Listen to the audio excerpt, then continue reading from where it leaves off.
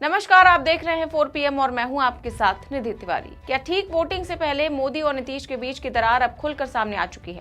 क्या इतने दिनों से जो ये कहा जा रहा है कि नीतीश ही अगले मुख्यमंत्री बनेंगे, वो सब महज एक नाटक है? क्या नीतीश ने जानबूझकर मोदी के रोड शो में हिस्सा नहीं लिया?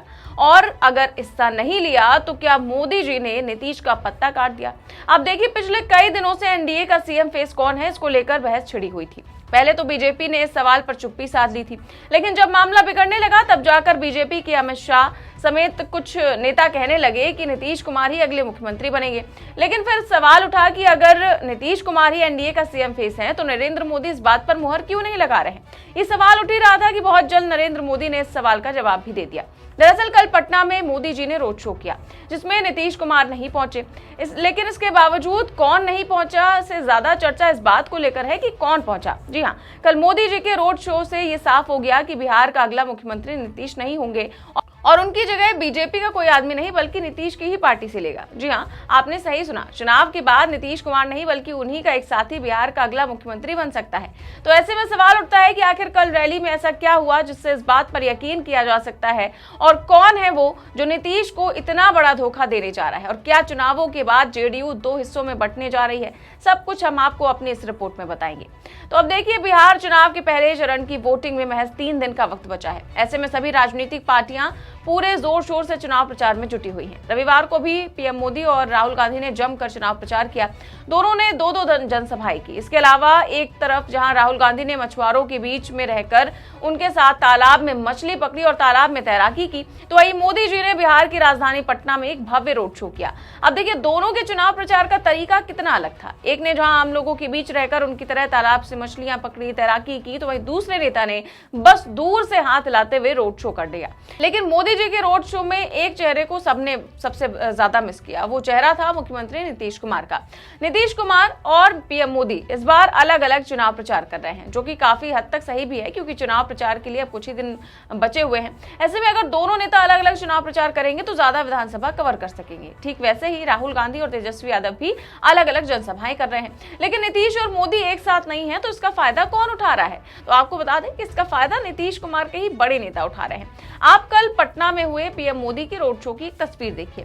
इस तस्वीर में आपको मोदी जी के एक तरफ बीजेपी के प्रदेश अध्यक्ष दिलीप जायसवाल नजर आएंगे, तो दूसरी तरफ एक जेडीयू के बड़े नेता दिखाई दे रहे होंगे। ये नेता कोई और नहीं बल्कि जेडीयू के सांसद ललन सिंह है।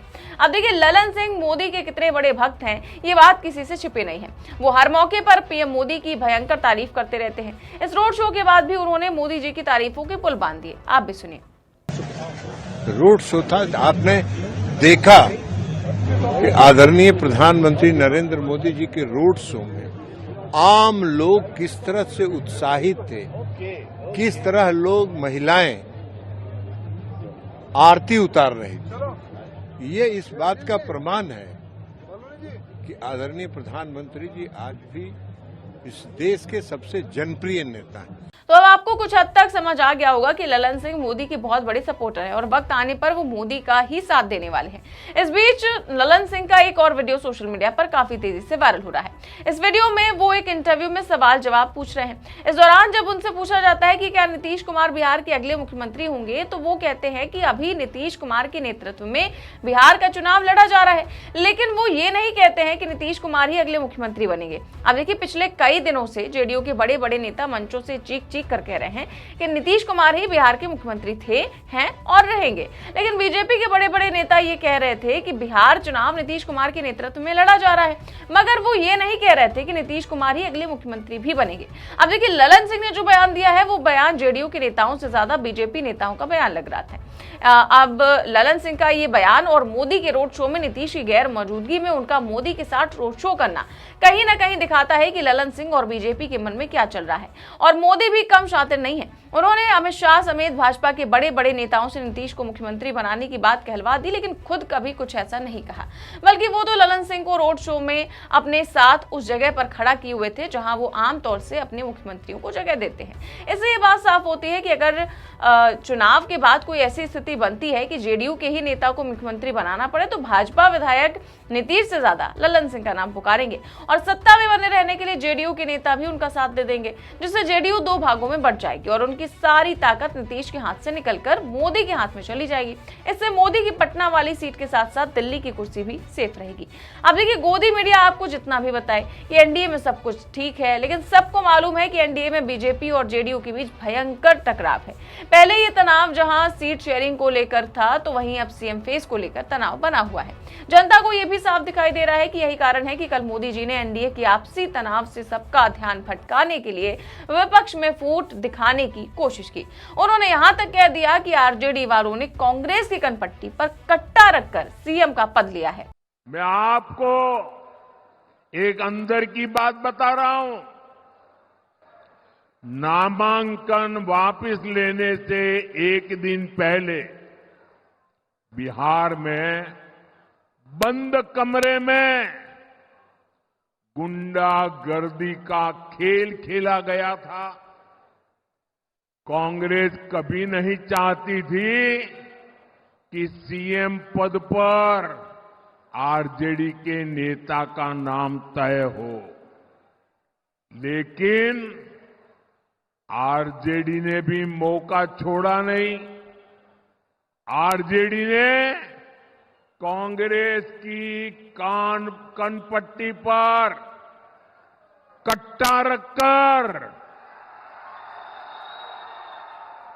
सीएम पद चोरी कर लिया, घोषणा करवा के रहे, फिर जबरदस्ती कांग्रेस से सीएम उम्मीदवार को समर्थन की घोषणा कराई गई, कट्टा रख करके। मतलब मोदी जी अपना मुख्यमंत्री तो बता नहीं पा रहे हैं और दूसरे दलों के अंदर की बातें मंचों से सुना रहे हैं। अब देखिए, पीएम मोदी जो बातें यहाँ कह रहे हैं वो बिल्कुल हजम तो होती नहीं है, क्योंकि महागठबंधन में तो ये बात पहले से ही क्लियर थी कि तेजस्वी ही सबकी पहली पसंद है।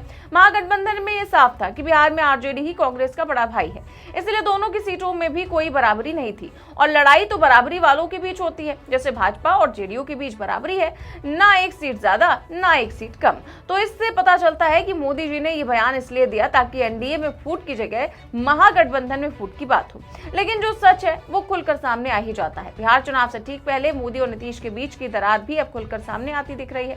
पटना रोड शो में नीतीश की गैर मौजूदगी और ललन सिंह की प्रमुख मौजूदगी ने संकेत दे दिया कि सत्ता समीकरण बदल सकते हैं। भाजपा जहां नीतीश को टेम्परेरी चेहरा बनाए हुए है, तो वहीं अंदर खाने वो नए विकल्प की तलाश में है। ललन सिंह के हालिया बयान और मोदी की उनके साथ नजदीकी इस बात को और ज्यादा मजबूत करती है कि चुनाव के बाद जेडीयू में टूट की संभावना है। कुल मिलाकर बिहार की राजनीति एक बड़े उलटफेर की ओर बढ़ती हुई नजर आ रही है। फिलहाल इस पूरे मामले पर आप क्या सोचते हैं, हमें कमेंट बॉक्स में अपनी राय जरूर दें। चैनल को सब्सक्राइब भी करें और ज्वाइन भी करें। देश और दुनिया की तमाम बड़ी खबरें जानने के लिए देखते रहिए 4PM न्यूज नेटवर्क। नमस्कार।